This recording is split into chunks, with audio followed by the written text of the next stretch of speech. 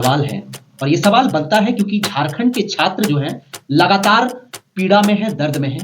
अगर सीजीएल हो, जेपीएससी हो, चाहे अन्य तमाम जितने भी फॉर्म्स हो, अगर फिल अप नहीं करवाया जाता है बच्चों से और वैकेंसीज नहीं दी जाती है तो तय माना जा सकता है कि 24 में सरकार रहेगी या जाएगी।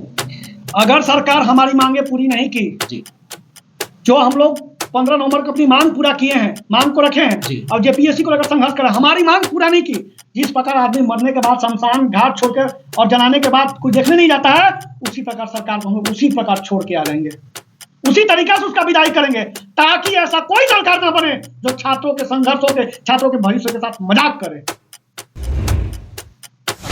लोगों के साथ क्यों खिलवाड़ हो रहा है? क्योंकि सीजीएल भी उसी तरह से और जेएसएससी भी उसी तरह से, कैसे देखते हैं इस चीज को? देखिए, हमारे इस राज्य में जितने भी मुख्यमंत्री मंत्रिमंडल है, जितना सिस्टम है, ये सब करप्शन की ओर चल चुका है। उसके अंदर मानवता मर चुकी है, मानवता मर चुकी है। अब जिसके अंदर मानवता मर गया वो समझो आदमी मृत है या जीवित, ये कहना बिल्कुल देखना चाहती है। सरकार अगर छात्रों के साथ एक दिन बैठ के मार भात खाए ना, तो उस दिन सरकार के भी अंदर में नियत में साफ दिखने लगेगा, दर्द पता चलेगा, दर्द पता चलेगा छात्रों। सीजीएल के पीछे पड़े हैं। सीजीएल क्या है? सीजीएल झारखंड के छात्रों का जान है, धड़कन है, एक बहुत बड़ा एम है कि हमें उसको प्राप्त करना है। उसको प्राप्त करने के लिए बच्चे 2015 से 23 तक इंतजार कर रहे हैं और उसके लिए लगातार संघर्ष कर रहे हैं। तो ये सरकार की पूरी गलती दिखती है, इसके चलते छात्र भुक्तभोगी। आखिर सीजीएल में ही तमाम छात्र जो है सो अपना जीवन पढ़ते पढ़ते लगा रहे हैं, क्यों?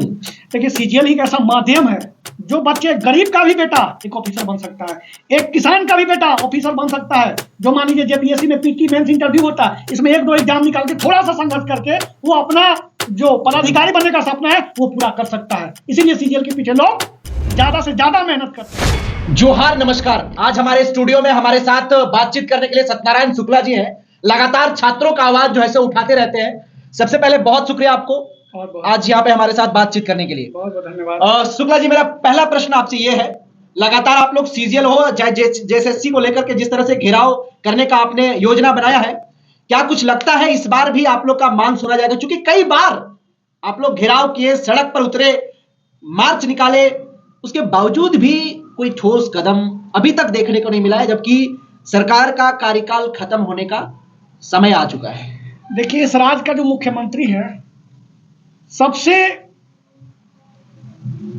23 साल अलग हुए हो गए इस राज्य में, ऐसा मुख्यमंत्री बने जो युवाओं को आत्महत्या के लिए प्रेरित कर रहे हैं जी। आप देख सकते हैं, सीजीएल की बात है, 2014 से अभी तक, 15 से अभी तक कोई परीक्षा नियमित रूप से नहीं हो पा रही है। उसके पश्चात ये कहते हैं कि हम रघुवर दास का पाप नहीं ढोएंगे। अभी छात्रों का पाप कौन ढोएगा भाई? छात्र जो संघर्ष कर रहे हैं, मेहनत कर रहे हैं, वो भी मतलब पापी की तरह समझ रहे हैं।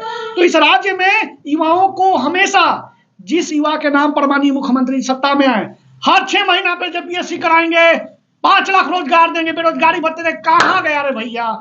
अब तो छात्र तड़प रहे हैं कि कैसू परीक्षा हो जाए, कैसू नियुक्ति हो जाए, क्योंकि अब सरकार के पास मात्र 6 महीना बचे हैं। बीच में लोकसभा विधानसभा का चुनाव है। छात्र के लिए मेरे पास, मैं हमेशा पलामू से चल के आकर संघर्ष करता हूँ, लोगों को जागरूक करता हूँ। आप देख सकते होंगे कि हम अपने चैनल के माध्यम से लोगों को लगातार जागरूक कर रहे हैं। रांची के ऐसा कोई लाइब्रेरी नहीं है, मैं जाकर वहां के लोगों को जागरूक कर रहा हूँ। वहां पे लोगों को जाके रो रहा हूँ, हाथ जोड़ के प्रार्थना कर रहा हूँ कि निकलो और जेएसएससी में ताला मारो। जेएसएससी में अब शांति वार्ता के लिए सुनती नहीं है। तीसरी चीज कि हम लोग जो आंदोलन जो ये तय की है, ये शांतिपूर्वक आंदोलन है, किसी भी राजनीतिक संगठन से नहीं। जो पहले विद्यार्थी के आंदोलन के आप चले गए राजनीतिक संगठन में, जो चुनाव लड़ चुके हैं, उन व्यक्ति को इस आंदोलन में किसी न किसी प्रकार से नहीं आने दिया जाएगा, क्योंकि छात्र अपने हक अधिकार के लिए पहली बार अपने तरफ से जागरूक हुए हैं और 24 जिला से चलकर जेएसएससी नाम कुनाने का वादा किए हमसे। क्यों? कि जेएसएससी सीजीएल 2015 से अभी तक नहीं हुआ, झारखंड पुलिस 15 से अभी तक नहीं हुआ, वही एक्साइज कांस्टेबल 2019 में कैंसिल हुआ, अभी कोर्ट में चल रहा है। उसके माध्यम से लोग दौड़ नहीं करा रहे हैं। एक्साइज कांस्टेबल हो गए, झारखंड में इंटरमीडिएट स्तर की जितने भी बहाली है, कहां कोई आ रहा है? तो क्यों नहीं हम अपने हक अधिकार के लिए जागरूक हो? झारखंड के छात्र लाचार हैं, बेबस हैं, मजबूर हैं। किसको जिम्मेदारी मानते हैं? क्योंकि कई बार फॉर्म जो है सो रद्द कर दी जाती है। अब किन्हें दोषी मानते हैं? क्योंकि झारखंड को एक कह सकते हैं कि युवाओं का प्रदेश भी कहा जाता है और युवा बेरोजगार है, दर दर ठोकर खाते हैं लोग कि अभी तक एक फॉर्म सही से नहीं निकल पाता है। देखिए, जिम्मेदार कौन है, बस ये सवाल सीधा है, जिम्मेदार कौन है? ये जिम्मेदार 3 प्रकार की जिम्मेदारी में ठहराने जा रहा हूं जी। एक तो जो ये मुख्यमंत्री है ना, ये मुख्यमंत्री और उनके सारे मंत्रिमंडल सबसे बड़ा जिम्मेदार है।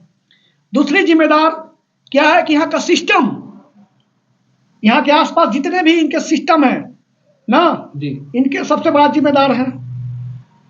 तो जिम्मेदार यहाँ के छात्र भी हैं जो सोचते हैं ना कि हम अपने हक अधिकार के निकलेंगे ना। कब निकलिएगा? जब आपका मूल्यवान समय हाथ से निकल जाएगा तब। जी। तो आखिर कैसे, कब तक अपने हक अधिकार के लिए निकलोगे? मैं तो पलामू से चल के जेपीएससी और जेएसएसयू लगातार संघर्ष कर रहे हैं। तो मैं अपील करना चाहता हूं समस्त झारखंड वासी के छात्रों से, अब निकलो और उन राजनेताओं से लड़ो जो हमारे हक अधिकार से मुझे वंचित करने का प्रयास करते हैं। निकलो जो झारखंड पुलिस में नौकरी करना चाहते हैं, निकलो। जो एक्साइज कांस्टेबल में नौकरी करना चाहते हैं वो निकलो। जो दरोगा में भर्ती होना चाहते हैं निकलो। जो कंबाइंड ग्रेजुएट लेवल, जो सचिवालय है, जो झारखंड का मंत्रालय है, जो ये नौकरी स्वर्ग की तरह माना जाता है, उसके हक अधिकार के लिए निकलो।